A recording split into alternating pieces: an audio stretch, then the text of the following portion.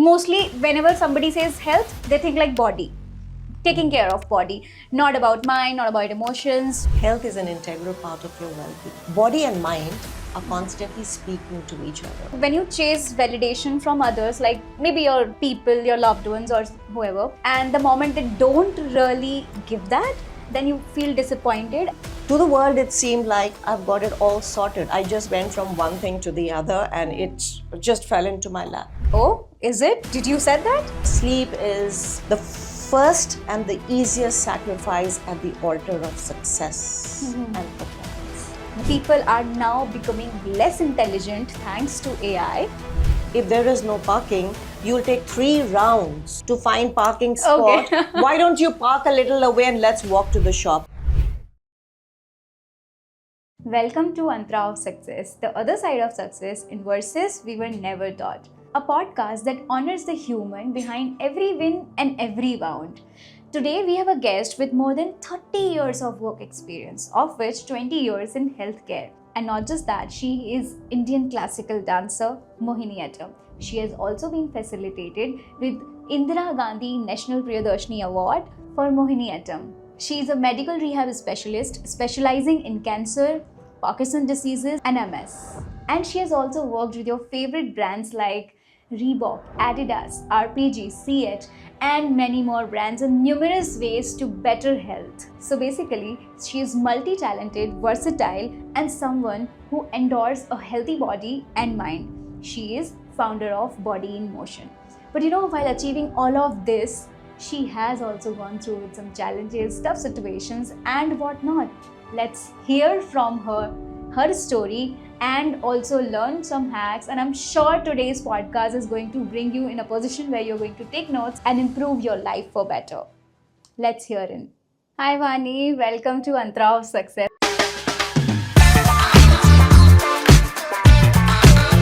I'm so glad to have you. Hi Shraddha, thank you so much for having me and I'm very excited to be on your show. Okay, so this podcast, I have a lot of things to actually ask and finally bust some myths around these health tips that's going on everywhere on the internet. Shoot. Yeah, for sure. So before we start getting into these questions thing, I really want to understand what have you been doing? What spark did you get and how did you started? And you are now top-notch healthcare professional who knows what is right, what is wrong. I want to learn, how did you get into this healthcare space?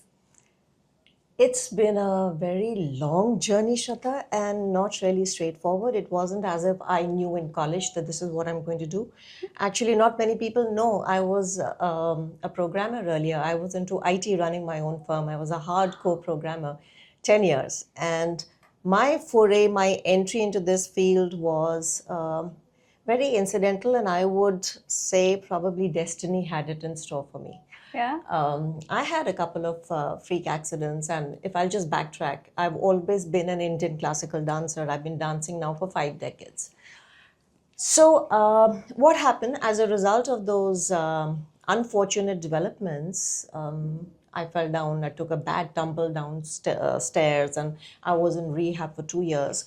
So long story short, a lot of the movement started going off my plate. And now for somebody who's always danced, no matter what she's been doing all her life, it's my meditation, it's my way of being. I started feeling very stifled. And back then, the industry was not so organized. I'm talking about almost 20 plus years ago. So when I started looking for my own rehab and, to get back to that kind of a fitness where I could go back, look after my spine, etc., I found there was a huge gap. And I did not have trust in the people I was coming across. Oh, okay. Very often I got the feeling it was a hit and trial, guesswork going on. Okay, let's do this. And my body didn't respond very well. In fact, some of the guesswork actually landed me from the frying pan to the fire. And that's when I realized that I really need to take charge of understanding what's happening with my body so that at least I can decide if I'm being told to do something, whether I should do it in the first place or not. Let me not have this blind faith in somebody just telling me do this and this will happen. And that's how I started studying about the anatomy. And I am a little academic by nature. I just somehow that got express very in your work? that just made it. I wasn't happy about it being just superficial, so I really went deep into it. And as luck would have it, my nearby gym was offering a certification. Back then, Reebok step and aerobics instructor was a very, very big thing. That was the only thing which was available. And when I studied, looked up what will it teach me, there was a big chunk of anatomy. So it was not really so much about learning aerobics and the step choreography. It was about learning hardcore anatomy, and I signed up for it. And that's how my destiny took a turn. Wow. You know, dancing is one of my personal habit that I have been chasing from my childhood, but never literally gave it very serious time towards it. But finally, because I have been watching your work, your dance, and you especially, I really want to understand. You know, this era has become more like proving instead of becoming, and that's what we had conversation around. Now I really want to put this to the viewers. What do you think, why people are becoming that? I mean, I really want to put this in a very simplest way, that why people are trying to prove themselves instead of just becoming and not showing off. Times have changed. Times have changed to the extent where everything is moving so fast and everybody wants quick fixes. So whether it is dissemination of information, whether it is your internet reels, whether it is your life, and whether it is your profession, everybody wants to prove that they have arrived even before they've taken the first step of the ladder. It wasn't like that during our times. It was very sequential, it was methodical. We had to go through the paces. And the beauty of going through the paces is that not only do you learn about your craft, about your skill, about your profession, you start internalizing it, you start imbibing it, and practice makes perfect. We were just, I feel, a more patient lot. There was nothing that was forcing us to hurry things up. There was nothing that was judging us so much for taking a little bit longer to learn. And I think we need to go back. Our times were a little simpler. I know I sound like a 80-year-old who says my times, but honestly, I see this difference and the shift now. I'm trying to cope with social media myself, but I realize that this is the reason. People do not have the patience, and people do not have, I'll stick my neck out and say, people do not have the gut to realize that it is a process, it will take time. You do not climb to the top of the ladder without putting one step at a time. There will be failures along the way. There is a learning curve. Everybody is trying to short circuit it. And today, look at it. You're surrounded by experts. People are born experts in today's generation. We had to earn the title of being an expert, earn the title of being a specialist, and that earning was hardcore. And that is what really ground us. That is what put us, like I keep repeating, through the paces. And it personally taught me that if something is taking time, it's not a negative. It's the polishing. It's allowing me to internalize, for me to become, not just become who I am as a person, also become a professional. For me to understand, go down deep and understand what is it that I am trying to offer to the client. So all that takes time. You cannot short circuit it, but unfortunately everybody is in a hurry today. I'm at eye to every single point of yours, But do you think like social media or maybe internet have shifted this perspective to many minds? Because in the end, people are chasing that success that people are showing on the internet. Because the lifestyle, what you're living and wherever you are going, that you cannot fake. But on social media, everything can be faked for sure. Since AI is here, maybe I switch faces and I can become Vani in one picture. Do you think this is the contribution towards this showing off? To a great extent, yes. And it also answers my question when I said our times were simpler. We didn't have the internet. I wasn't born in the era of internet. I know. All we had was Krishi Darshan, and we had Chitrahar, and we had one Sunday movie. Remember, because I watched. And we used to look forward to it, pack up your day's work, your week's work. But like with everything else, social media is a double-edged sword. Yeah. What it did was it gave us instant connectivity. So the idea behind it is good, that you remain connected with people, but I think we've just run rogue with it. Now the hyper connectivity, the 24/7, and it is also giving rise to what the platforms themselves now accept, the attention deficit which is happening in society. Algorithm, the term, was very different when I was growing up. It was more in the I remember science what I was section that taught. we learned what algorithm. Today, the entire life of an average person has become algorithm. So I personally feel nobody is living. Everybody's just performing. I know. You know, in fact, the algorithm thing, I also completely match that, because in my childhood also I learned these things only. Now I see the world, it is completely different. People, the Gen Zs especially, they're good. But there are a lot of things different, but what I actually need to digest myself, like this is the new thing. Okay, so now Vani, because your work is into healthcare space, I really want to understand, because when health word pop up, people feel that what is it? Is it a body health? Mostly whenever somebody says health, they think like body, taking care of body, not about mind, not about emotions. I mean, so I really want to know first that what are the things that people pre-assume, like the simplest thing in your domain, and what do you think when people, feel like it's health, it's about body and not mind and emotions? So, unfortunately, the dialogue has become very myopic over the years, which is the flip side. We have access to so much information. So, instead of assimilating that information and interpreting what health means better, we've started doing a worse off job for it. You're very right. So, when we say health, typically the association of health is body, and also when something has gone wrong with the body. So, it's a very reactive interpretation. Prevention, proactivity is something I find acutely missing in people's understanding of health. And also the loose usage of the term wellness. Health is a very, very integral part of wellness. And when we say health, like wellness, health also has different pillars. Yeah, okay. Physical health, mental health slash wellness, emotional health slash wellness, spiritual. The human person is a composite person. What is it that makes us uniquely human? Is everything working together? So when you interpret health only to mean that something has gone wrong with my body, what kind of a disservice are you doing to yourself? And that I find is just getting more and more perpetuated. So yes, in spite of the bombardment of knowledge, nobody is any wiser for it. True that. You know, in fact, I'll talk about me, not anybody else. Like when health word prop up, I feel like, okay, it's taking care of body, because maybe the way I have lived the life, I've understood that when it is health, taking care of your health is all about just taking care of your body, not mind, not emotions and everything.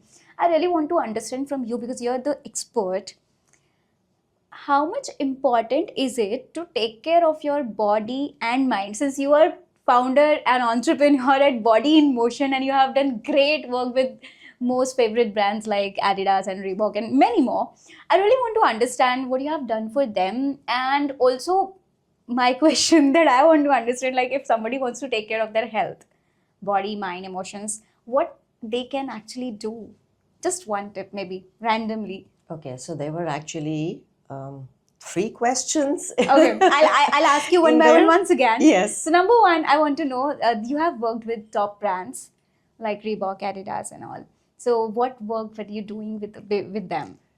So the work for each brand was a little different, and beautifully tied into my multiple specialties. For Reebok, for instance, I was a foot and gait analyst, because foot and gait analysis is also my forte, and it was for the running and the athletic community, basically helping runners and athletes understand how their foot lands, how they run, what is it that may be contributing to their injuries, how to correct it, and then, because it was a shoe brand at the end of the day, steering the guidance towards for your particular foot type and for your particular kind of gait and landing, this is the kind of shoe which is likely to help you, and this is the kind of shoe which may actually aggravate your injuries. So that was one aspect of the work. For the other corporates, it's been touching upon multiple aspects of health and well-being, because in an office setting, in a corporate setting, challenges are different. And it was all department-wise, which was actually my initiative, because again, it was an umbrella term everybody was operating under and still tries to operate under. But no two departments have the same demands on their employees. True. A sales department will have a very different rhythm. Absolutely. A corporate leader who's sitting in a office will have a very different rhythm. If it's a vehicle dynamics team which does actual vehicle testing, their work will be very different. So my job has been, like I said, very, very interesting. It is to understand the audience, understand the niche problems of that audience, and then address my solutions for that. Okay, so that's very specific and I personalized. drove that specificity because it was needed. To a certain extent, general advice works. But where typically everything falls apart is, which will happen even for an individual who's not in a corporate, if it is not relevant to you, you will never do it. In fact, I agree to this because in my domain, in digital marketing, if I say, one thing cannot work with every Exactly. industry and company. Absolutely. Yeah. Absolutely. So every client, where they are, what is their station, what is their industry, what would they want from you for their social media, you would curate it for that particular client. So that is what my work has been for 20 years, even with corporates. And in fact, Shraddha, I'd like to share there, sometimes I've fought for that curation. The approach has been, please come and do these workshops. And I have kind of dug in my heels very gently and said, these workshops are good, but you will not get the results.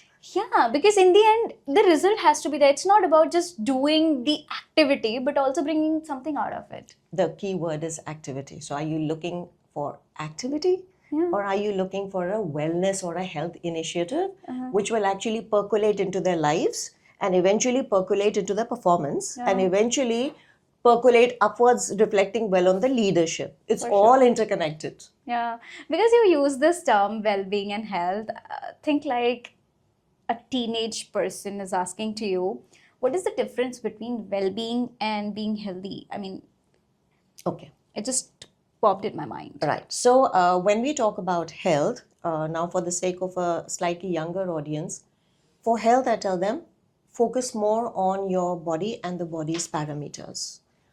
That would basically include how well you're moving, how well you're eating.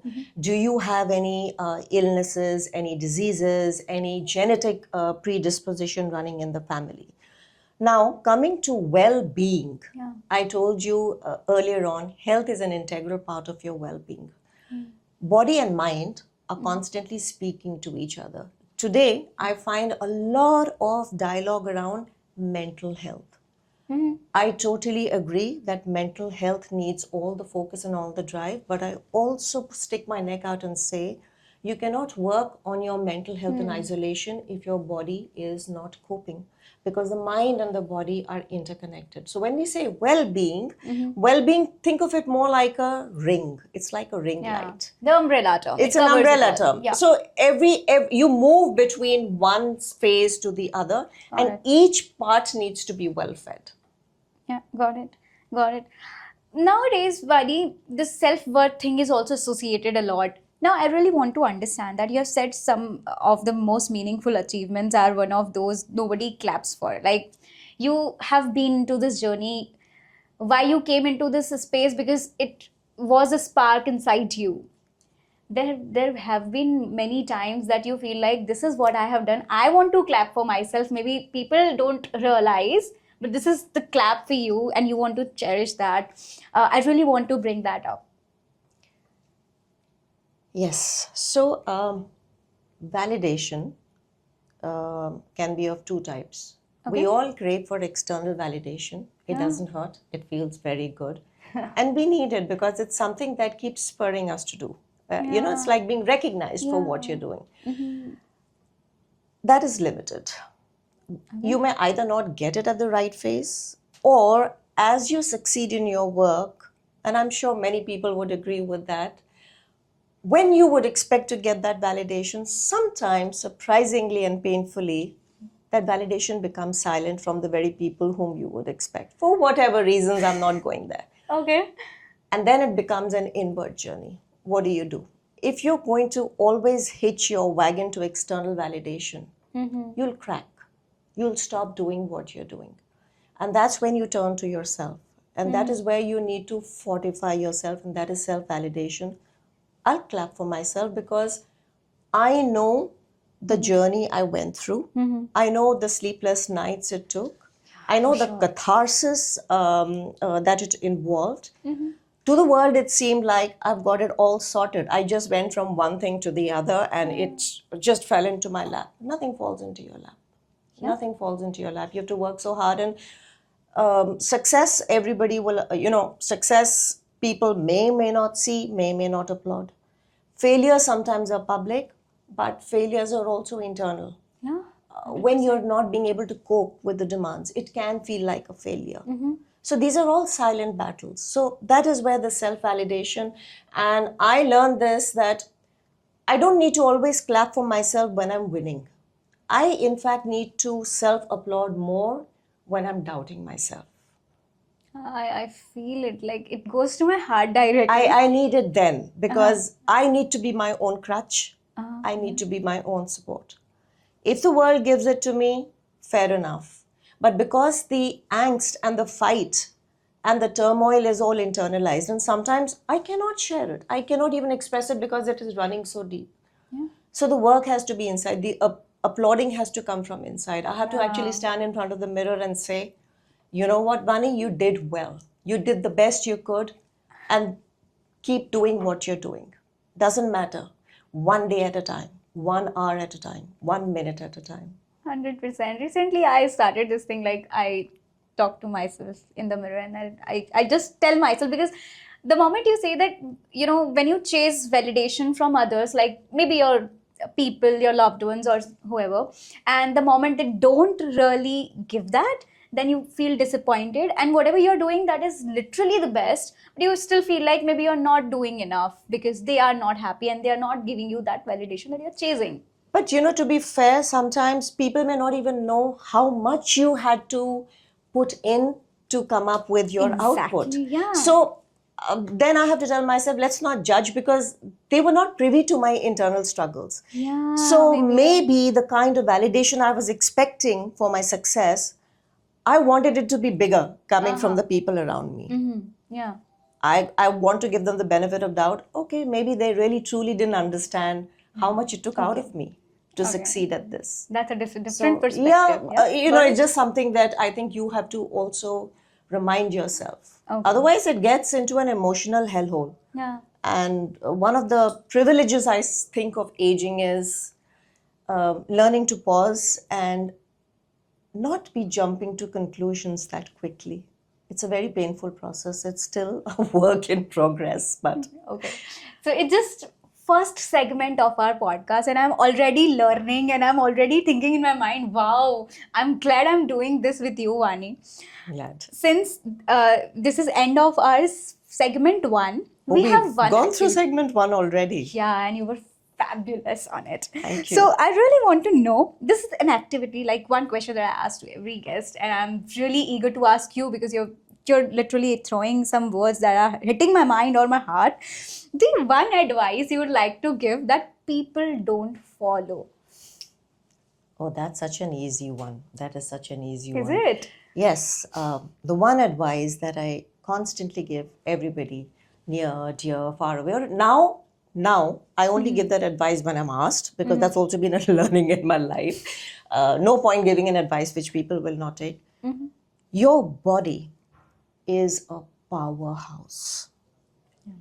Your body can be your best friend, or it can be your worst enemy. Respect your body and look after it. Because when the body cracks, it has the potential to crack open your mind too. Yeah. And to a certain extent, people will shake their head and say, yes, you're right. And the minute the back is turned towards me, they're back to ground zero. And I realized, all right. So maybe till you don't experience that cracking, But because my work is such, and I see people, I see warriors who are struggling with conditions they didn't invite upon themselves. I see them at the other extreme of the spectrum. Yeah. And they are fighting for dignity. They're fighting for quality of life. And for somebody, your body is also a privilege. True that. It's a powerful privilege. So don't abuse it, respect it. Yeah. And respecting it doesn't mean ignoring it. And respecting it definitely does not mean that you put it on the back burner. It needs to be remembered on a daily basis. Yeah. It needs to feel that you value it because you're doing something for it. So if I want to just put it in a summary, in my way, of course, not like professionally. So I'll say that you have to actually take care of your body, like eat food on right times, not delay because you have something to do, and just take care, exercising. Yeah. Move. Okay. Yeah, that's important. Look at your body. You have two extremities, powerhouses. The largest set of muscles happen to be in the legs. Now, there's a reason why we were designed like that. Move, because movement will not only work for your body, movement also unclogs the mind. Movement is so therapeutic, so move. Eat well. When I say eat well, I do not mean that you give up on the eating pleasures. Eat mindfully. Balance. Everything needs balance. I enjoy my food, I enjoy my drinks, but I have this radar going on at the back of my mind. Everybody has that radar. We just work so beautifully well to silence it.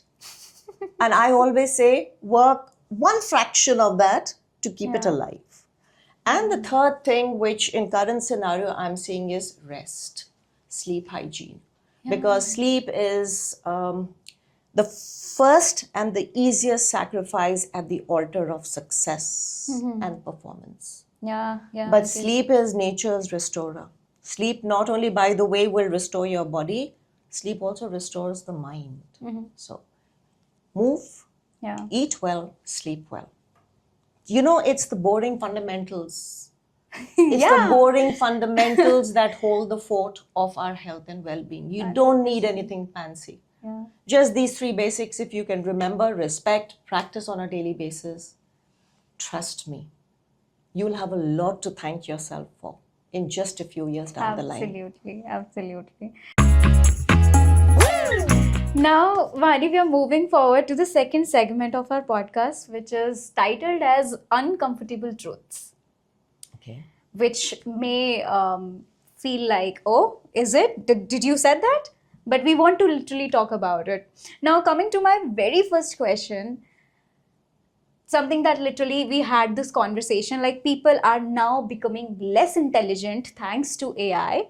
We have everything, like when I want to write mail, I would rather go to ChatGPT and tell what I really want to write, and then it will write to me, and then I reply to it, like humanize it. And then I'm being a human, I'm telling to the ChatGPT that humanize it. Okay, so that has been very normal thing nowadays. Since this have been normal, what impact does it really making in humans' mind and nature of it? What do you think as a health expert? You kind of answered your own question there, Shraddha. It's mutating it. And it's mutating it for the worse. I'm just going to pose a very simple question as an answer. The whole purpose of having technology and artificial intelligence, initially, I assume, as a normal thinking human being, would be to enable us, right? Enable us in our work. Why are we working so hard now to develop a science and to develop something, artificial intelligence included, to disable ourselves? What is artificial intelligence? Artificial intelligence is something which is being fed and trained on human intelligence. But if human intelligence itself is going down the drain, I am very scared to think what the output of AI is going to be in a couple of years. And you gave that beautiful example that because we've stopped thinking completely. And I've said this, and I again stick my neck out for this.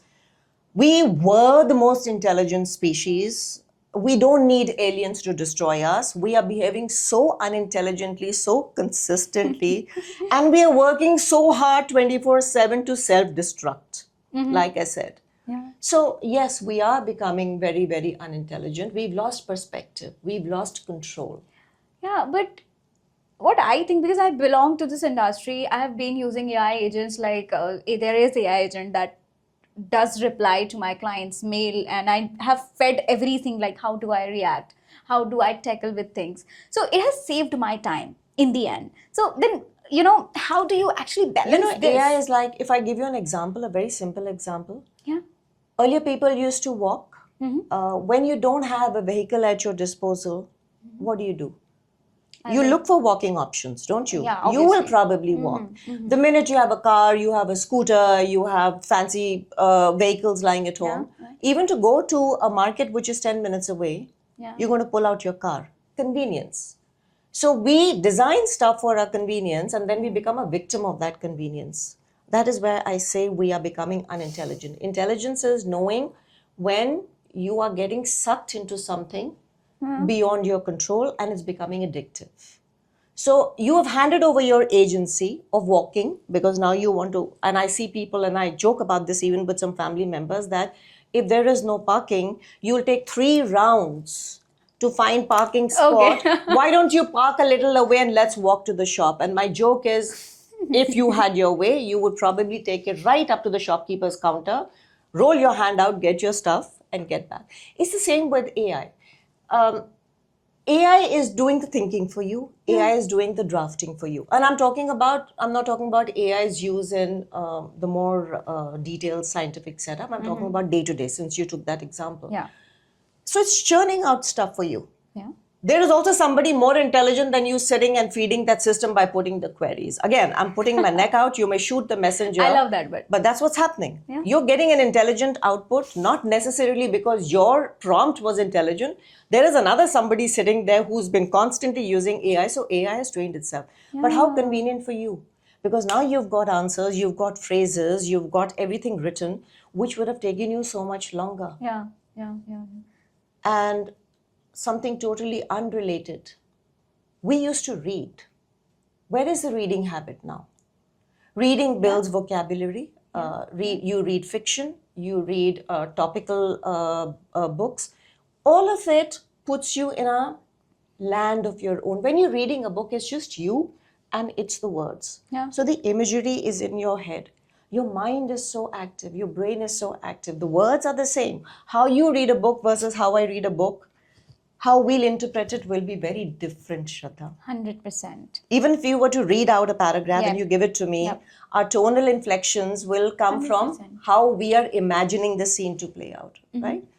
We are not doing any of that. So that essential stimulation has been lost, and now convenience has taken over, and we've stopped thinking. Because when I was actually planning this podcast, so I went to ChatGPT, Cloud, many other AI platforms, because I wanted to have a kick-ass intro of my podcast. No, do that. But I'm assuming you would have at least written down a draft to work on. Yes, I did. Okay. And you know Thank what God for happened? No, I do, because I'm a writer. Like, writing has become now my profession for last 10 years, but it has been in my soul for last, I'll say, since my childhood. So you know what happened? I'm telling you the story because I really matched to that. I want to give this example to my audience. That time I was writing this intro, I wrote a few drafts and gave to these platforms. What happened is that emotional touch, what I wanted to give, it was lost. And I felt like, bullshit, I don't want to use it. I'll write it myself. I'll literally write it myself only. And then I felt like this is the best. This is why I feel like we are now moving towards less intelligent, but in the end, if you put yourself into it, you'll definitely get better results than AI, because that's something done already, and that's the result AI driving. It's also isolation, no? What you said. Because the minute the emotional quotient starts getting destroyed, it is already getting destroyed because everybody is so busy on their phones. Everybody is so busy looking up stuff on Instagram and the platforms rather than talking to each other. And now you have Chat GPT to give you a very polished reply. How many people will sit back and say, damn, the emotional quotient is missing? 99% people are going to say, I sound so intelligent. I sound so 100% correct and intelligent. And that's now, a robot. Can you not, Shraddha, smell out a Chat GPT written piece of content? Every single time. Every single time. People talk about Chat GPTs leaving a mark. They're talking about symbols being left. I'm saying you can smell Chat GPT now, the way people write. Oh, 100%. 100%. Okay, because we have talked this, I really want to go back to this social media. On social media, these health hacks have been very popular, like 30 seconds hacks. I know you have been very active now on Instagram finally and on YouTube because I've been waiting for your insights. You're someone like I can go up to and I feel like, okay, I really want to understand what is the right hack because you have been the credible person. Everybody wants to have hacks in 30 seconds. And if I put you in that spot, Vani, give us the 30-second hacks for health, what you would say on it? I know I'm already afraid of hearing, like, what are you asking, Shraddha? So since you already asked me that, you know what I would likely do. Probably smack you on the head and say that if you're looking for a 30-second hack for your health, walk away. You need to give yourself and something so important and existential and fundamental more than 30 seconds. I know. Do you take 30 seconds to get ready and be turned out like this? More than that. Absolutely no. Right? Yeah, it takes so time. Imagine now today, and 30 seconds is also too much because I've heard now people say 15 seconds, 20 seconds. It's now down to 5 seconds, Vani. Very honestly, I will try to answer that because that was the ask. But what I'm trying to tell you is, just shut down. Then stop even making a farce of wanting to look after your health if you are... I've always been very outspoken about this. Yeah. I never mince words about this. Yeah. If 30 seconds is all you want to spare for yourself and you are paring it down even further to 15 seconds, I would say get out. You deserve what's coming your way. Yeah. 30 seconds is seeming too expensive to you to think about your health. Now, why do I say that? How can I say in 30 seconds do this or do that? Because I am making a pronouncement without really taking into account how relevant and how safe is it for you and your existing conditions. Do you go to a doctor? Would you trust a doctor who, when the minute you walk in, he looks at your face, gives you a prescription and says, go? No, obviously. Right? Because I'll be like, when do people say that doctor is very nice, we want to go back to the doctor? They tell us. Not just that the doctor cured us. Think about it. Most of the patients that I speak to when they talk about their doctors, they say he or she is a very nice doctor because they listen to us, they give us time, they think, and then they suggest. So the one hack I will give, get out of the habit of hacks. That is not the answer you wanted. Oh my God, yeah. But honestly, get out of the habit of hacks. If you still want to push me, the one hack, okay, I'm sorry, I'm troubling you, I'll give you one hack. Start listening, connect with yourself. Connect with yourself. Yeah. When I say connect with yourself, take out some time, any time that is convenient for yourself. Figure out how you feel about yourself in the body, in the mind, with your emotions. Where are the chinks? Where are you feeling the pressures? Where is the leakage? Fix that. Great. Okay. That's deep. But yeah. Connect with yourself. Do not go to other people to give you hacks. A hack may work for you. It may not work for me. In fact, it may be contraindicated for me. It may be risky for me. 100%. And the second hack, please hang on to your human intelligence. You will not ask for 30-second hacks for life's problems. For sure, for sure. I know that.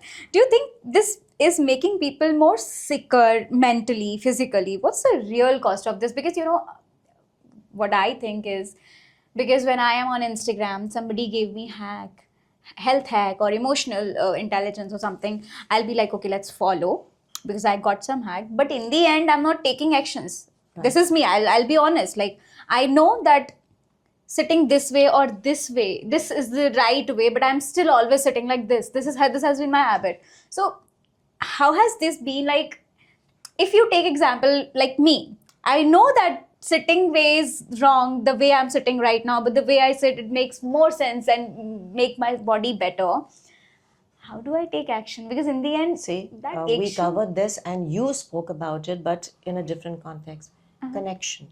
When you're looking at a hack on social media, somebody came, said, do this, and it moved very fast, the information, glitzy video, sound, imagery coming your way. Yeah. And okay, maybe it's a genuinely good hack. Yeah. But like you said, I don't take action. Vis-a-vis, supposing you were to come to a specialist, okay, or go to a friend, or go to your doctor, or go to your physiotherapist, and talk to them. Yeah. Your posture may actually be coming from something else. Your posture, of course, your posture is coming from the fact that you're using the laptop for too long. The work environment has become that. We are sedentary more than we move now. But your emotions, maybe it's you're going through an emotionally tough period right now. Emotions also have a cellular impact. When somebody is looking dejected, have you heard the term? You're looking so dejected. You're looking sad. Looking sad. You're looking upset. That means it's manifesting in the body, right? Connection. Okay. So instead of asking for a hack, connect with yourself and connect with. If people are coming to me, doesn't necessarily mean that I'm always writing that you have this musculoskeletal problem. Yeah. I take the time to figure out, okay, was it an activity that led to this? Is it a habit that led to this? And if the answer is no, I'm looking after myself, then it runs deeper. And we go back to what we started with. Everything is interconnected with the body. So yes, social media, if that was your question, is creating a sense of isolation, is feeding this deficit economy because it suits a business algorithm. Yeah. And we have willfully signed ourselves away to it. So go back.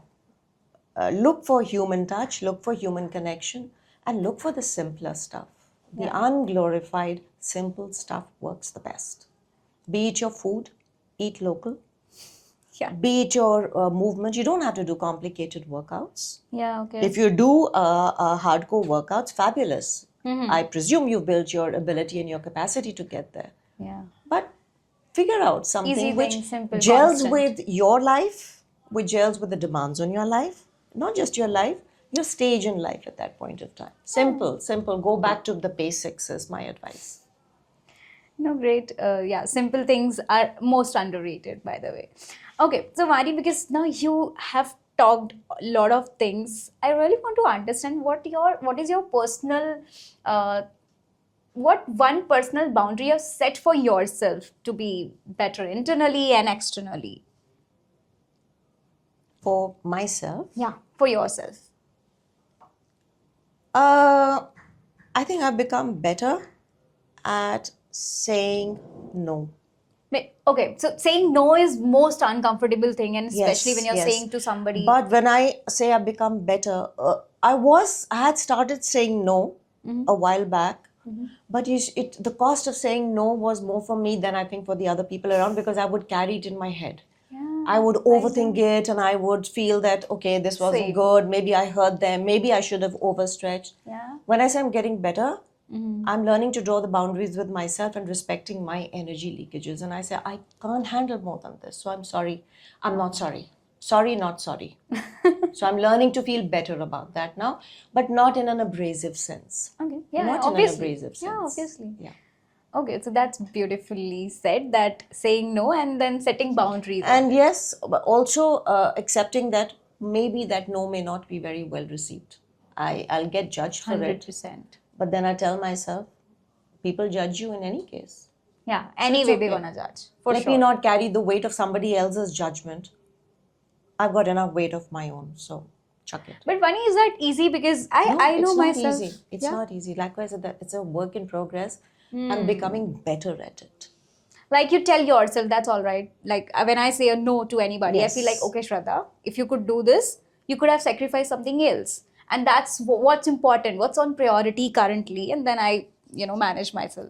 Is So this the right I've way? even done, you may call it silly, when I felt that I've said a no to something. I have been carrying it in my mind. I've stood in front of the mirror and I've talked myself out of it. Okay. So, it's like imagining I'm somebody else and I said, would you have been able to handle this? Would you have been happy doing this? Would you have Self-talk. taken it out on your spouse because you said yes, and on your children and upon yourself? And would you have done it but resented that person for whom you did it because it came at a very bad time? So I do this self-talk. I'm sure people in my house hear me talk and think the woman has gone mad, but I'm becoming comfortable with that as well. I sometimes get the Anyway. question, were you talking to yourself? Earlier, I would sheepishly smile. I say, yeah. I needed expert advice. I was talking to myself. I literally got the same term in my mind, the expert talk. Yeah, Yeah. for sure. Okay. Since we started the second segment, I was literally curious to know what these uncomfortable truths you will bring on table, but that was very, very relatable and important for everybody to hear. Now we are coming to the last and activity time for the second segment, where I want you to... Okay, so I'm going to give you one word. You throw a one truth on it. My truth, the way I perceive it to be. Your Okay. perspective, 100%. The first word is time. Sovereign. Time is ruler. Time doesn't bow down to us. We have to bow down to time cycles. For sure. Give up. I would feel it's a choice. That's contextual to me. If you're giving up on something which is no longer aligning with you, it's a fabulous move. Rather than holding on, give up on it. Yeah. But if you're giving up on yourself for whatever reason, then no. So it's a choice and it's a context for me. Okay, with this, I just want to bring one story. Back in 2016, I got laid off. Okay, that time the laid off term wasn't that popular, so I just thought like, मेरी job चली गई. So I was in Delhi and my hometown was in Gwalior, and I got laid off. I came back. I was living with my brother. He was also doing the job at Gurgaon. I just called him. I was crying. I was yelling because that was the first rejection of my life. I've been topper in my school, college, everywhere. So that was the first rejection. It was kind of rejection because I went like normal day. It was morning. I went to the office. I went my cabin. I was social media manager there, and then they said, this is all you have. We have to lay off because we don't have money and so on. We have lost clients, and they replaced me with the two interns. Okay. Oh. And that moment, literally, I was shaking. I just lost myself. I can imagine, yes. I cried. I came back to home. I called my brother. He came back because I was crying. I was yelling. I was literally, I felt rejected. I felt like failure is there. I felt like my world is end right now. And that moment, my brother said, you can look for other jobs. Just don't worry. It's all right. It's okay. And I was like, no, why did it happen to me? What wrong was going on? And I kept crying for the whole day. In the morning, they told me, till the night. Overnight, I was crying. And then finally, I decided that, okay, I just want to go out of this Delhi and I'll go back to my city because Delhi is not good. So, that time I realized that I was giving up. So then I literally switched my mind, and instead giving up, what I literally now think is that if you're feeling like giving up, just give a break and think where you might... That's such a beautiful example, and see how things have turned out for you. Yeah, I took 3 months because it was literally big for me. Now I feel like how silly I was. It was just a job. But then it literally taught me. And that day, my brother told me, you will build a bigger agency than this. You will build your company. And I was supportive. like, what the hell? मैंने job छोड़ दी है. मेरी job चली गई है. How would I be able to do that? And he was like, no, you will build up. I was like, no. I went back. I took 3 months. That time I was also freelancing. I had some other clients. I took 3 whole months to recover myself, and then I got another job, good increments and everything at my home city itself, and it literally felt better. Then I realized this now, that giving up and having a pause and then redirecting myself. This is how we can look Beautiful, at it. yes, absolutely. That's what I said, context. To me, it's context. The moment you said, literally, I just went to That's such a flashback. beautiful share, but thank you for sharing because, again, self applauding. So Yeah. it's the self hatred, it's the self doubt, self applauding. You have to eventually tell yourself, get up on your feet. Yeah. Till you don't tell yourself that, your loved ones can do everything. Like they say, you can lead the horse to the water, but you can't make it drink. So Indeed. if you're the horse, you have to say drink. Yep. Yep. Yeah. Okay, so the next word, struggle. I think universal. Yeah, with Everybody everybody. goes through it. We feel that we are struggling the most, but it's universal, really. Smart work. Strategic, clever. Okay. So do you think smart work can be replaced by hard work? Because nowadays people are chasing that. No, I don't agree with that interpretation of. Okay. I'm glad to hear this. No. 100%. Smart work does not mean shortcuts. Smart work means knowing how to handle your hard work, Yeah. how to be genuine about your work, and whatever needs to be hard work, you cannot escape that. So, smart work is strategic. Yeah. You strategize about your time, your effort, and how hard you're working and when. Right. So if something requires 200%, you give 200%. But if something allows you to move on very well with, say, a 75 or an 80%, then no point again continue to give your 200%. Do that and move on. That's why I said strategic. Wow. Strategy does not mean that it's at the expense of hard work. I'm sorry. I don't endorse that philosophy. I'm glad. I'm glad you did. Because nowadays this has been very popular. But moving next, self-care. Wise. Very, very, very wise. I know, I know. I've already spoken about the opposite of what that is. So, my word for that, my truth is, you are only wise if you know and you value and you practice self care. I can feel the weight while you're saying this. Rejection. Hurtful. There's a lot of angst there. There's no escaping the hurt. Indeed. Failure. Catalyst.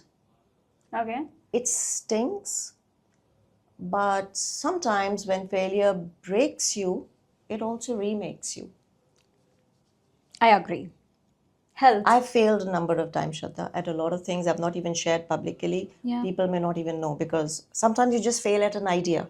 You Yeah. may not even execute the idea, and even that feels like a failure. I may work on an idea, and I myself come through the process to discover that this idea may not make a good business sense.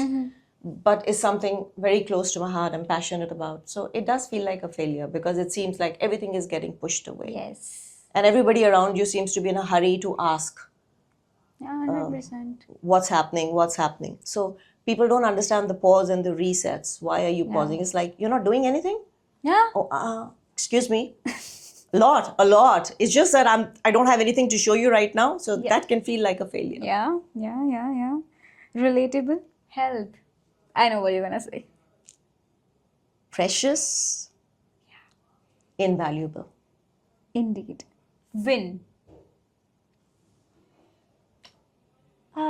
It's a high, but it is ephemeral. It's transient. Yeah. You feel good when you win, but life happens. True that. It happens to everybody. So it's a high, but it is ephemeral. It's short-lived. Final word. Emotion. Lessons. My biggest lessons come from my own emotions. Okay. Yeah. How does that? Because emotions is what happens inside you when the good and the bad stuff happens in your life. Yeah. And how much it takes a grip over you. Does it paralyze you or does it spur you? So my own emotions and trying to handle them, and particularly if you're somebody who really feels things very intensely or are an intense person, again, emotions can sometimes hold you back. Yeah. Emotions can sometimes feel like it's the end of the road. So that's why I said it's lessons and takeaways. One of the other learnings with life is check on emotions and put them in perspective. Yeah, true. It that. feels like it's everything right now. Feel it. Let it consume you. But then over a period of time, let it go. Thank you. I mean, this becomes really realistic. And with that, we have come to the end of second segment of our Yay! I didn't even podcast. realize. Okay. Okay.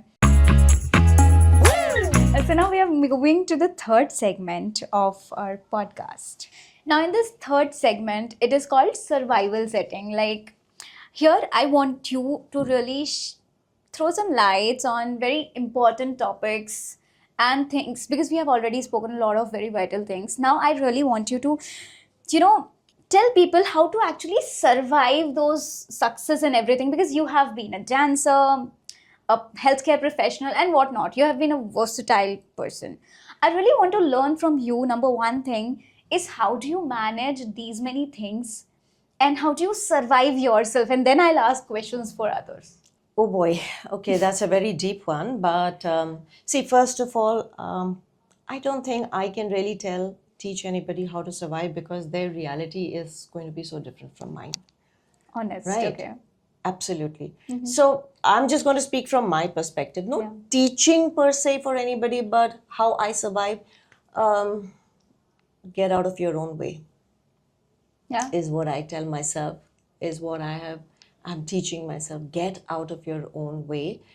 And if you really love something and it comes from within, and if it resonates with you, you'll figure out the how. You'll figure out the how. And always keep an eye on balance. Yeah. Got it. Okay. So, Vani, in this era, people are in hurry.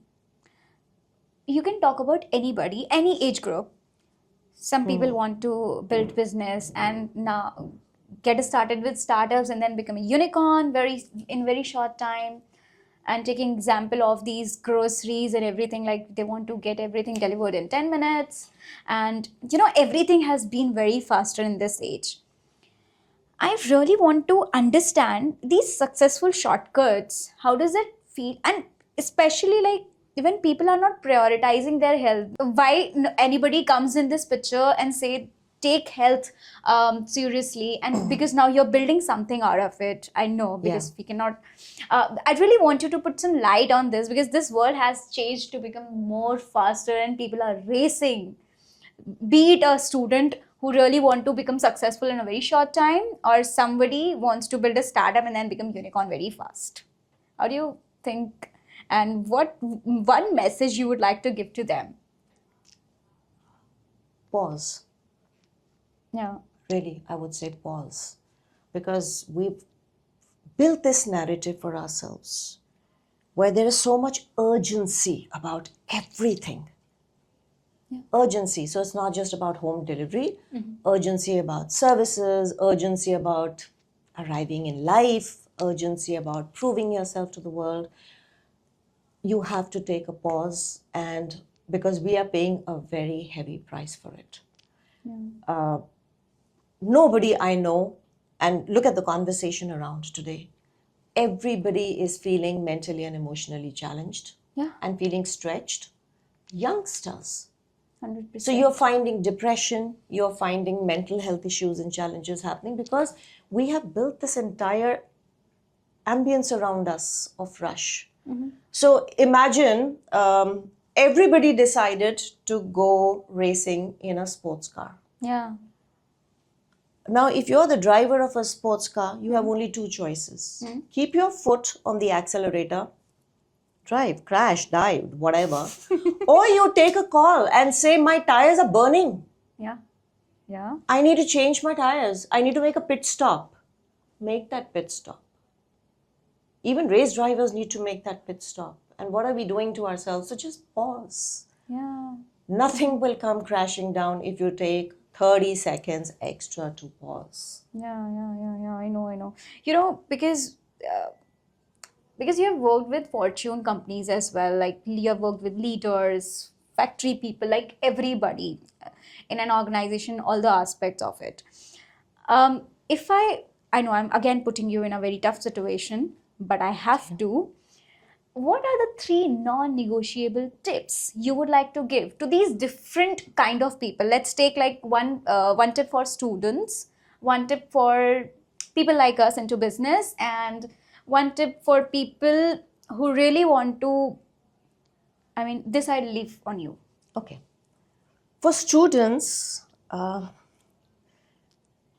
don't know how to express this, but just as a summation of what I just said prior to this question, I would say it's so important for students, given that age group, to realize that don't compete with adults. Yeah. Everything comes at its own time. Sure. I can't blame them. It's not as if they want to, but they're breaking into adulthood, they're breaking into jobs.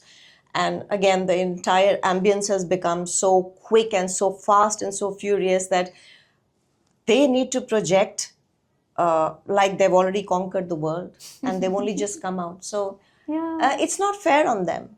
So realize this.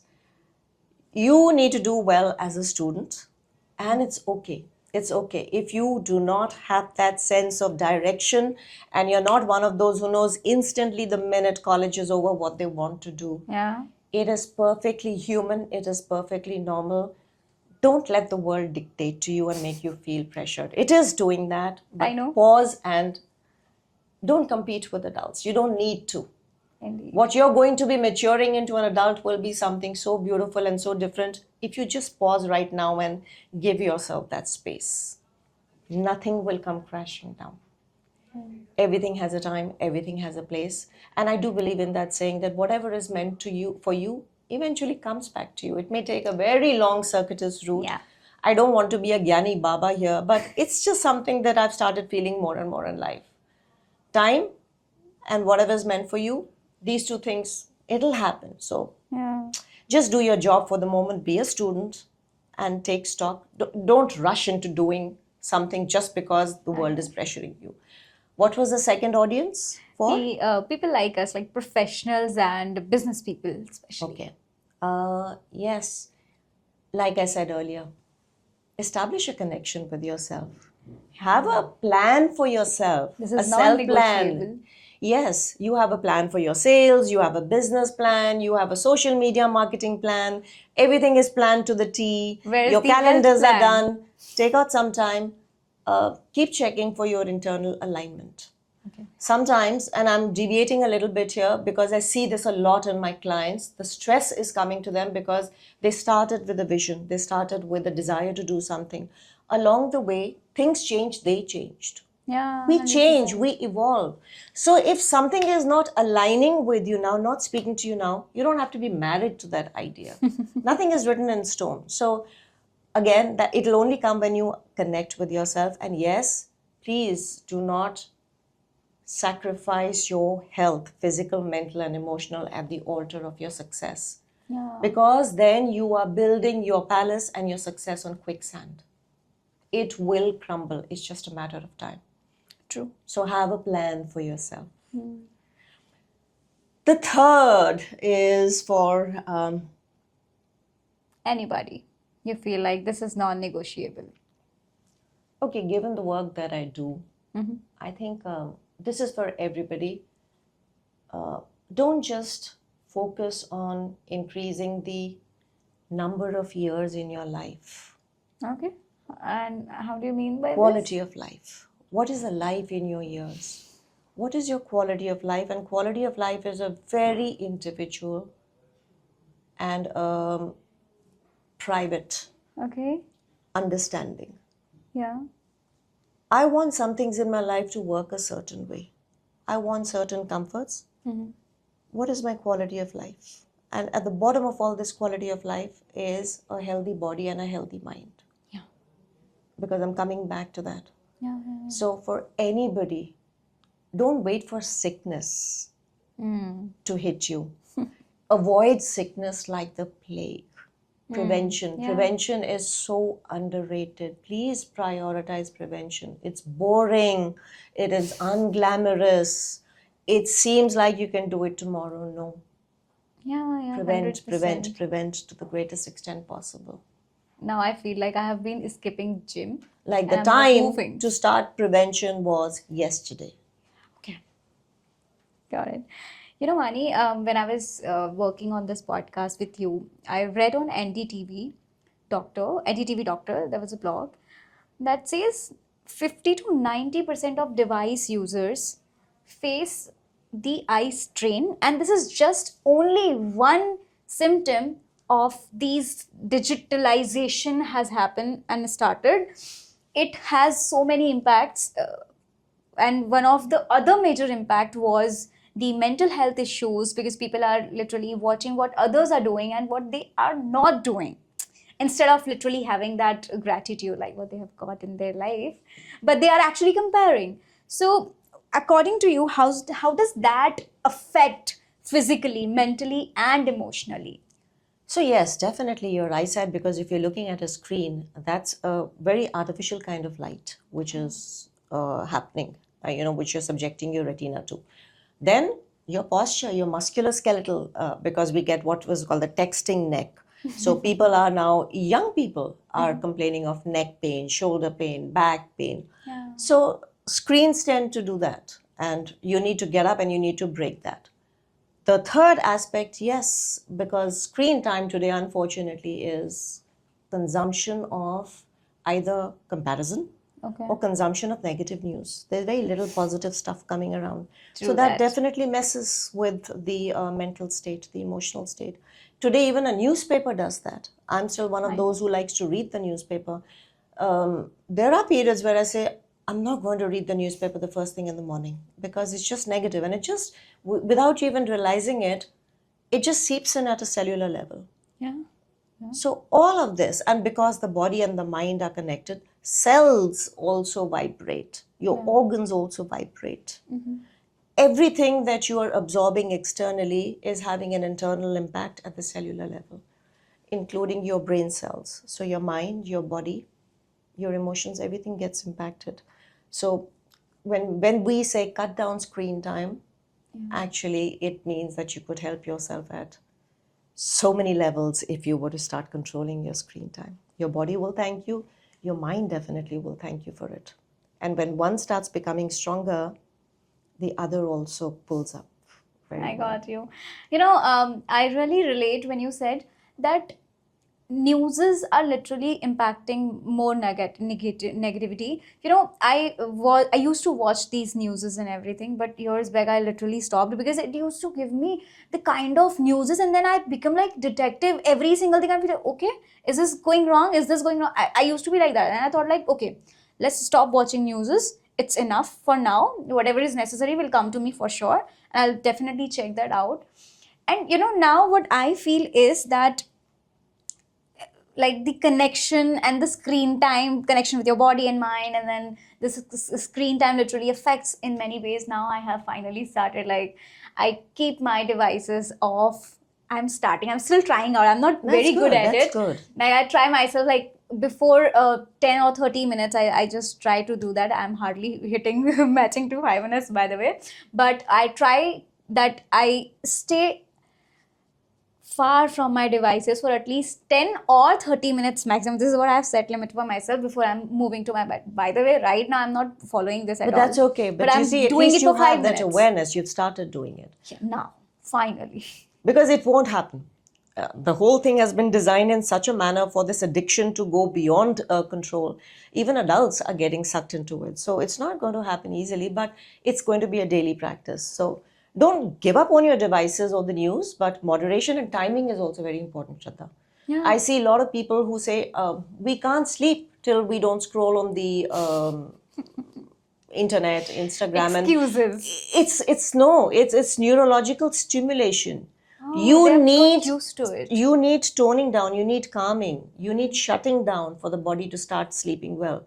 You don't need to stimulate yourself at that point of time. So if you still feel, shift it a little bit earlier, listen to music, look for alternatives. Yeah, this is one thing. It's painful, but look for alternatives. Yeah. Now with that, we are coming to end of third segment of our podcast, and this is activity time. Okay, one more activity. Yeah.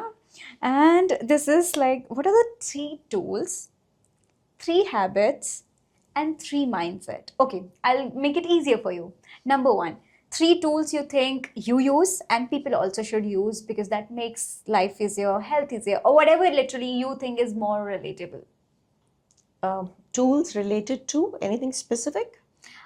You're free to bring it on the aspect of life, on the aspects of health, on the aspects of business, because you're a combination of all.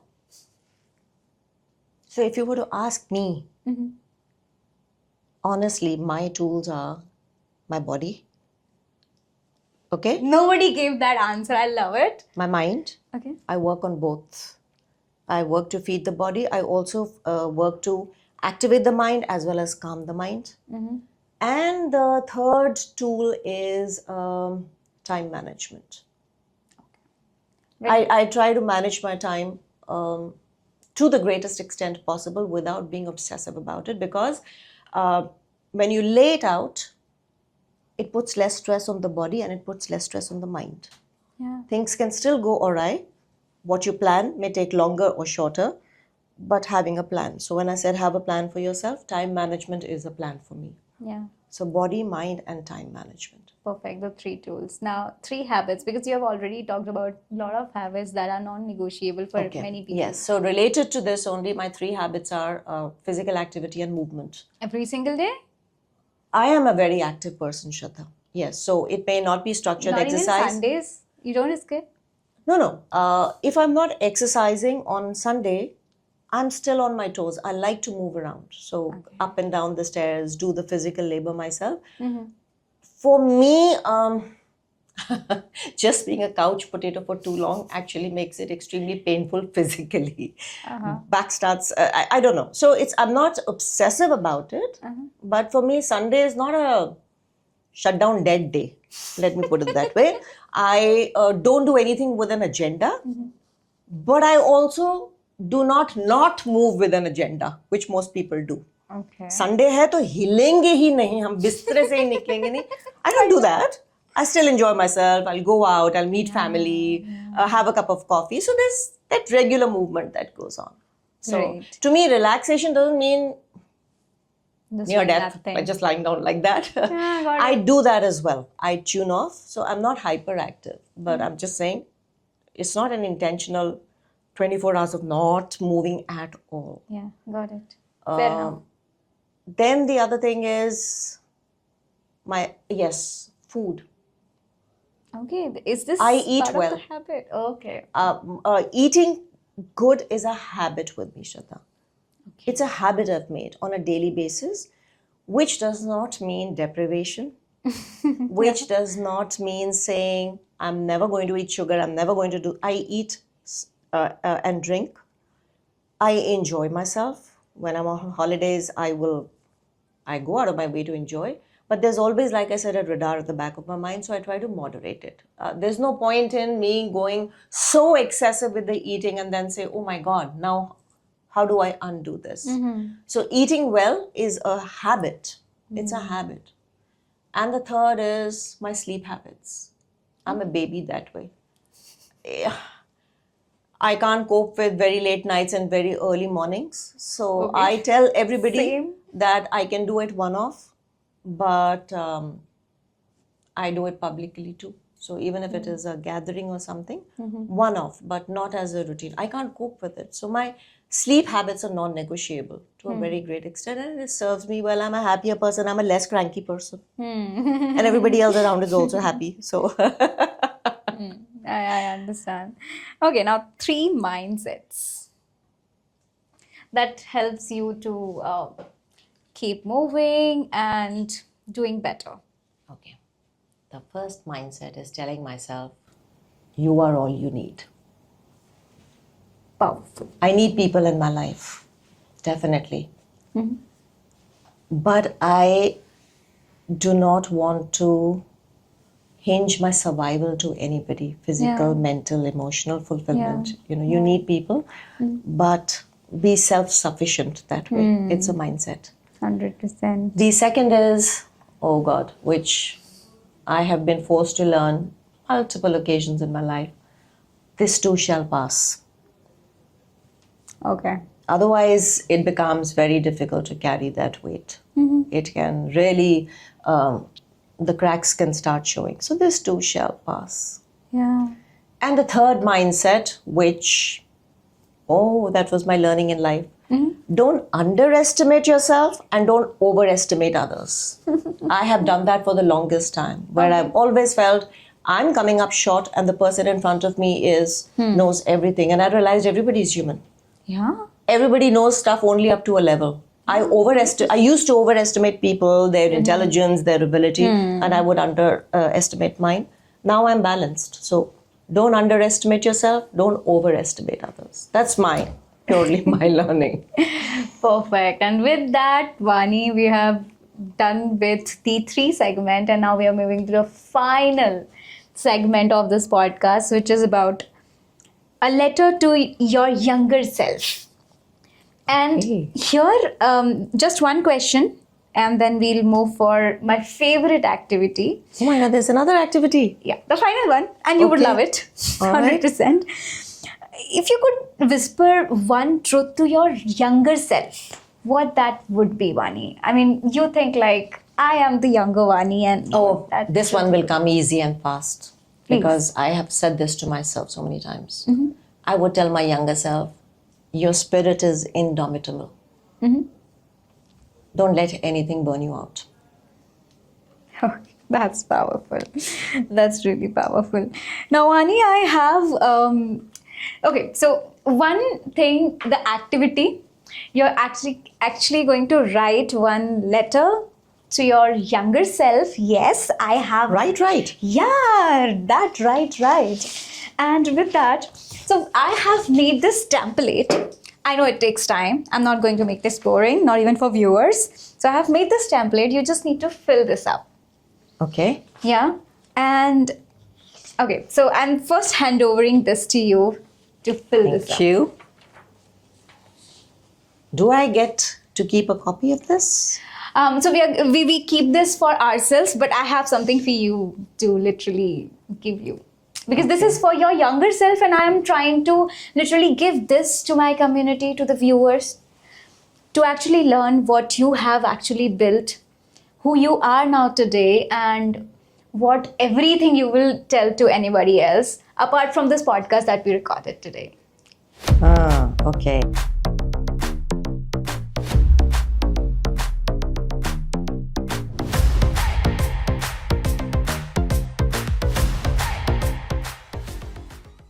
I love the part. You have literally put it right there. I'm going to read that out and keep this in front of you, everybody.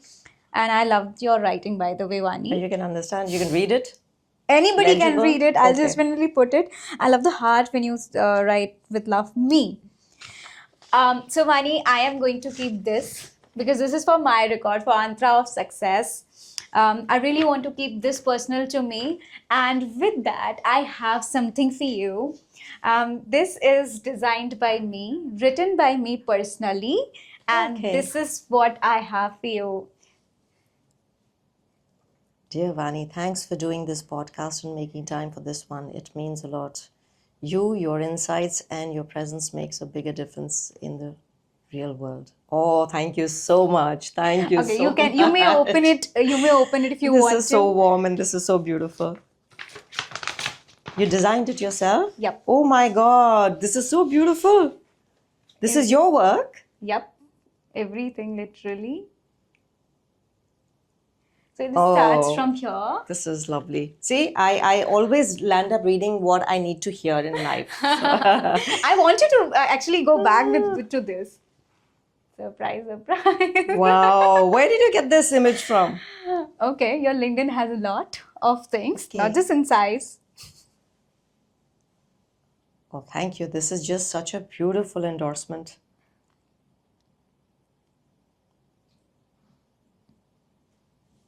Yeah, and this is really something that I needed to hear because I think you're aware. My foray into social media, my foray into talking about my work has been very late in life. And even now I keep holding the reins. I'm just so selective and particular about what I want to put out. But I love this about you, and I really want to thank you, Vani, for doing this podcast. Your podcast is going to be my favorite, and I already know that people must be watching now have taken some notes, but I am gonna watch it completely like a viewer and gonna take notes a lot of times, because it had a lot of things to teach. It had a lot of things to literally that was relatable, not just in real life, but also to implement in future life as well. So thank you so much in You're real welcome, Shraddha. ways. Thank you for having me. Like I said, never profess to teach. I just live my truth, Yeah. and I always speak my truth. I think that makes life a lot easier. Indeed. I don't have to keep track of what I said then and what am I saying now. I've Yeah. unapologetically always spoken my truth. And I love this about you, Vani. It makes you different and the best, of course.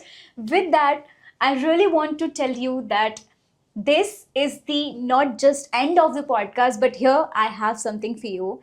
You need to go ahead and check out the description, because you are going to get the links of Vani's social media. LinkedIn, she talks about a lot of insights. YouTube and Instagram, where you're gonna get the 30-second hacks, by the way, but they're going to be more meaningful. And with that, we have to say a goodbye to Vani, but maybe in soon time, we're going to have her once again. Thank you, Vani. Thank you. Thank you very much. And I wish you all the best with anything that you do, Shraddha. Always be happy, always be healthy. Thank you.